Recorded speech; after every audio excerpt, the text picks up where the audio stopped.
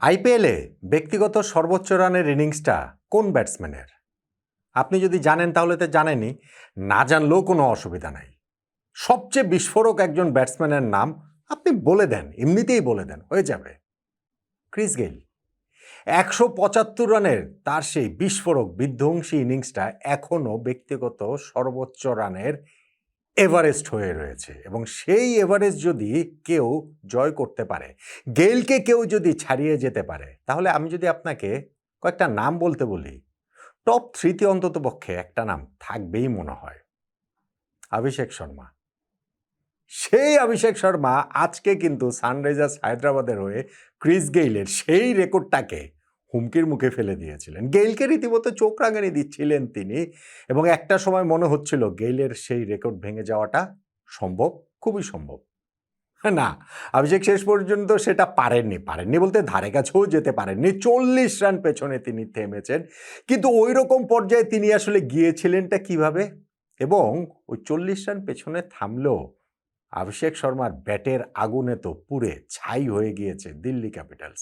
Sunrisers Hyderabad ম্যাচটা জিতে গিয়েছে সহজেই 47 রানে। এইবারের আইপিএলে সপ্তম ম্যাচে চতুর্থ জয় পেয়ে 8 পয়েন্ট নিয়ে পয়েন্ট তালিক টেবিলের 3 নম্বরে উঠে এলো হায়দ্রাবাদ।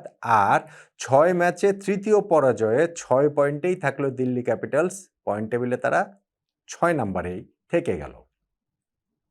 এই যে ম্যাচটা যেখানে সানরাইজার্স হায়দ্রাবাদ 47 রানে হারিয়েছে দিল্লি ক্যাপিটালসকে, সেইখানে টার্নিং পয়েন্ট কোনটা সেটা নিয়ে তো আলোচনা করছি এবং এর মধ্যে ভীষণ রকম এন্টি ক্লাইম্যাক্সের একটা জায়গাও কিন্তু আসলে হয়ে যেতে পারত, বৃষ্টি। দেখুন, আগে একটু অভিষেক শর্মার ইনিংসটার কথা বলি। ক্রিস গেইলকে কীভাবে চোখ রাঙাচ্ছিলেন সেই কথাটা বলি। গেইলের সর্বোচ্চ রানের রেকর্ড ১৭৫। ১৫ ওভার শেষে সানরাইজার্স হায়দ্রাবাদের ইনিংসে অভিষেক শর্মার রান ছিল ৫১ বলে ১১৫। হ্যাঁ, তখনও তিনি ৬০ রান পেছনে ছিলেন, কিন্তু তখনও তো ইনিংসে ৩০টা বল বাকি, ৫ ওভার বাকি। এবং আপনি যদি এই ৫ ওভারের মধ্যে ধরেন ওই ৩০টা বলের মধ্যে ২০টা বল যদি তিনি পান, সেই ২০-২২ ধরেন ২০-২১ বলও যদি তিনি পান, সেইখানটাতে ওই ৬০ রান করা যে সম্ভব না ব্যাপারটা তো তেমন নয়। অভিষেক শর্মার নিজেরই তো সামর্থ্য রয়েছে। আবার আইপিএলে ঠিক এর আগের দিনের আমাদের সেই তিলক ভার্মার ইনিংসটার কথা নিশ্চয়ই মনে রয়েছে, যেখানে ১৭ ওভার শেষে তিলক ভার্মার 50ও হয়নি, ২০ ওভার শেষে তার সেঞ্চুরি হয়ে গেছে। ফলে অভিষেক শর্মা ১৫ ওভার শেষে ৫১ বলে ১১৫ রানে রয়েছেন। ক্রিস গেইলের ১৭৫ রানের রেকর্ড ভেঙে দেওয়াটা তখন সম্ভব ছিল না, বলেন তো দেখি। কিন্তু শেষ জায়গাটাতে অভিষেক শর্মা ব্যাটিংটা ঠিকঠাক করতেই পারলেন না। বিস্ময়করভাবে ইনিংসের শেষ পর্যন্ত থেকেও তিনি আর মাত্র ২০ রান যোগ করতে পেরেছেন। যিনি প্রথমে ৫১ বলে ১১৫ রান করেছেন, যে অভিষেক শর্মা ২৫ বলে 50 করেছেন, ৪৭ বলে সেঞ্চুরি করেছেন, তিনি ওই ৫১ বলে ১১৫ করেছেন শেষ ১৭ বলে। শেষ ৫ ওভারের মধ্যে যে ১৭ বল তিনি ফেস করেছেন, তাতে মাত্র ২০ রান তিনি যোগ করতে পেরেছেন। এবং আমি ইন্টারেস্টিংলি দেখছিলাম, এটা তিনি ম্যাচ শেষ ওই ইনিংসের ওইখানটাতে অ্যাডমিটও করছেন যে, না, আমার ইনিংসের শেষ দিকে ব্যাটিং প্র্যাকটিস, ডেথ ওভারের ব্যাটিংটা কীভাবে প্র্যাকটিস সেটা আমি যথার্থ আসলে করি নাই। এই জায়গাটাতে আসলে উন্নতির প্রয়োজন রয়েছে। এখন একজন ডিস্ট্রাকটিভ ব্যাটসম্যান শুরুতে নামেন, তিনি যে ইনিংসের শেষ পর্যন্ত এভাবে থেকে যাবেন, সেইটা হয়তো খুব বেশি ম্যাচ থাকবেন না, সেই জন্য হয়তো খুব বেশি প্র্যাকটিস করে না। কিন্তু অভিষেক শর্মার এখন বোধহয় সেই প্র্যাকটিসটাও করতে হবে যদি ক্রিস গেইলের রেকর্ডটা ভাঙতে হয়।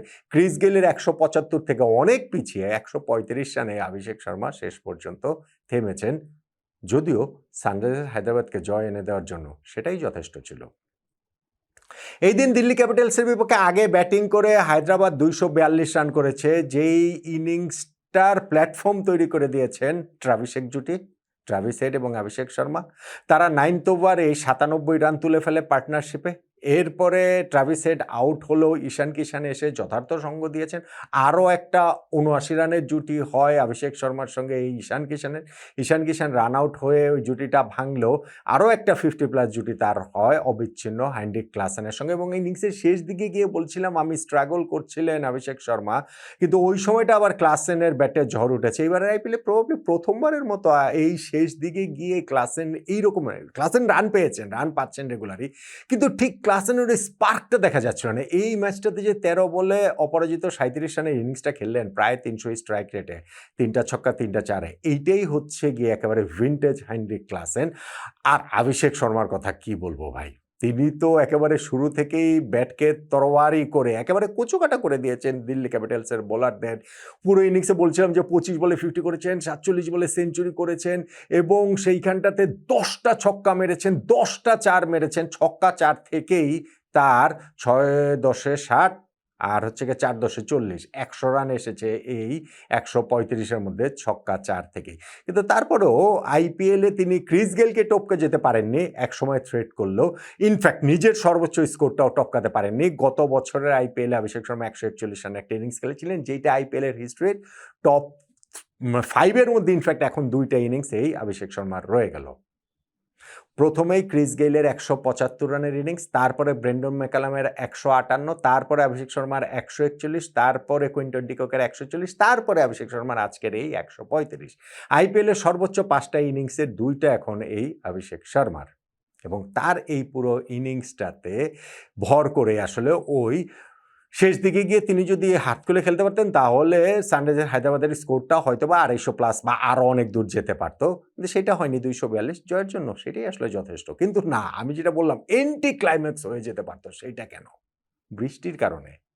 মানে এই ম্যাচটাতে যদি বৃষ্টি ওই সময়টা আসতো, ড্রিজেলটা ওই সময় দেখা গিয়েছিল যে 9 ওভার যখন হয়ে গেছে দিল্লি ক্যাপিটালস ইনিংসে, তারা শুরুতেই উইকেট হারিয়েছে। প্রথম নিশাঙ্কার মাধবশঙ্কর তাকে আউট করেছেন, কিন্তু এরপরে গিয়েও তারা যেই নীতিশ রানা ও কেএল রাহুলের পার্টনারশিপটা এগিয়ে যাচ্ছিল, 9 ওভার শেষে তাদের স্কোর ছিল 1 উইকেটে কত 98। ওই সময় ডাকওয়ার্থ লুইস পদ্ধতিতে পার স্কোরটা ছিল হচ্ছে গিয়ে 97। অর্থাৎ ওই সময় মাঠে একটা ঝিরিঝিরি বৃষ্টি ছিল। যদি ঝিরিঝিরি বৃষ্টি না হয়ে ঝুম বৃষ্টি হয়ে খেলা বন্ধ হয়ে যেত, তাহলে কিন্তু 1 রানে ম্যাচ জিতে যেত ওই সময় দিল্লি ক্যাপিটালস। আর পরের ওভারের প্রথম 2টা বলে যখন তারা 4 মারে, তারপরের বলটাতে সিঙ্গেল দেয়, তো তখন তো তারা ওই পার স্কোরের জায়গাটা থেকে আরও একটু এগিয়ে গিয়েছিল। কিন্তু এরপর যেটা হলো, 5 বলের মধ্যে 3টা উইকেট সানরাইজার্স হায়দ্রাবাদ তুলে নিল দিল্লি ক্যাপিটালসের। কেএল রাহুলকে আউট করে পার্টনারশিপটা ব্রেক করা হলো, যিনি হচ্ছে গিয়ে 37 রান করেছেন, এবং নেক্সট ওভারের প্রথম 2 ডেলিভারিতে 57 রান করা নীতিশ রানাকে আউট করার পরে গোল্ডেন ডাক ওইখানটাতে হচ্ছে গিয়ে ডেভিড মিলারের। এবং এই 5 বলে 3 উইকেট হারানোর পর দিল্লি ক্যাপিটালস আর বৃষ্টির সমীকরণের জায়গা থেকেও তারা আসলে ছিটকে গিয়েছে। কারণ আপনি ওই ডিএল মেথডের স্কোরের হিসাবটাতে তো উইকেটটাও খুবই গুরুত্বপূর্ণ। যেহেতু তারা 1 উইকেট হারিয়ে 9 ওভারে ওই 98 রান করেছিল, সেই কারণেই তারা ওই জায়গাটাতে এগিয়েছিল। আর যদি এই ম্যাচটা অভিষেক শর্মা পরাজিত দলে থাকতেন, এরকম একটা ইনিংস খেলার পরও আফসোসের শেষ থাকতো না। কিন্তু যেটা বললাম, 5 বলের মধ্যে 3 উইকেট তুলে নিয়ে দিল্লি ক্যাপিটালসের সানরাইজার্স হায়দ্রাবাদ ম্যাচটা পুরোপুরি নিজেদের মুঠায় নিয়ে আসলো। এরপরে গিয়ে যতই সামির রিজভী 41 রান করুন, ট্রিস্টান স্টাফ 27 রান করুন, তারা আসলে কখনোই আর স্কোরটাকে থ্রেট করতে পারেনি সানরাইজার্স হায়দ্রাবাদের। শেষ পর্যন্ত 9 উইকেটে 195 রানে দিল্লি আটকে গিয়ে ম্যাচটা তারা হেরে গিয়েছে 47 রানের বেশ বড়সড় ব্যবধানে। তাহলে এই যে ম্যাচটা হলো, যেইখানটাতে সানরাইজার্স হায়দ্রাবাদ 47 রানে ম্যাচ জিতলো দিল্লি ক্যাপিটালসের বিপক্ষে, তাতে টার্নিং পয়েন্ট কোনটা? অভিষেক শর্মার ইনিংস, সেটা তো এমনি বলাই যায়। আরও পার্টিকুলারলি যদি বলতে হয়, তাহলে তিনি কিন্তু একটা চান্স দিয়েছিলেন। যখন তার ওই 50-র ঠিক সামনে দাঁড়িয়েছিলেন, 2 রান তিনি নিলেন, 50টা তার হলো, সেকেন্ড রান নেয়ার সময় রান আউট হয়ে যেতে পারতেন অভিষেক শর্মা, যদি ওই লেগ সাইডে ঠেলে দিয়ে তো দ্বিতীয় রান নেওয়ার চেষ্টাটা যে করেছিলেন, কেএল রাহুল উইকেট কিপার, তিনি যদি বলটা গ্লাভসে জমিয়ে আসলে বেলসটা ফেলতে পারতেন, তাহলে কিন্তু ওই জায়গাটাতে রান আউট হয়ে যেতে পারতেন অভিষেক শর্মা। 50 রানে অভিষেক শর্মা যদি রান আউট হতেন, তাহলেও হয়তো বা একটা চান্স ক্রিয়েট হলেও হতে পারত দিল্লি ক্যাপিটালসের জন্য। কিন্তু এরপরে তিনি যখন ওই 135 করে ফেলেন, তাহলে তো ভাই টার্নিং পয়েন্ট তো এইটাই, যে এই অভিষেক শর্মার 50 রানের সময় তার রান আউট চান্স মিস করেছে যে দিল্লি ক্যাপিটালস, সেটাই আমার কাছে মনে হচ্ছে টার্নিং পয়েন্ট। আর ক্রিস গেইলের রেকর্ডটা আইপিএলে, মানে রেকর্ড তো তৈরিই হয় ভাঙার জন্য, কিন্তু ভাই যাই বলেন, অভিষেক শর্মার মতো ব্যাটসম্যান এরকম থ্রেট করার পরও যখন এত পেছনে থেকে শেষ করেন, তখন মনে হচ্ছে গেইলের এই 175 রানের রেকর্ডটা, সর্বোচ্চ ব্যক্তিগত রানের আইপিএল রেকর্ডটা, আরও বেশ কিছুদিন থাকবে। কি মনে হয় আপনার?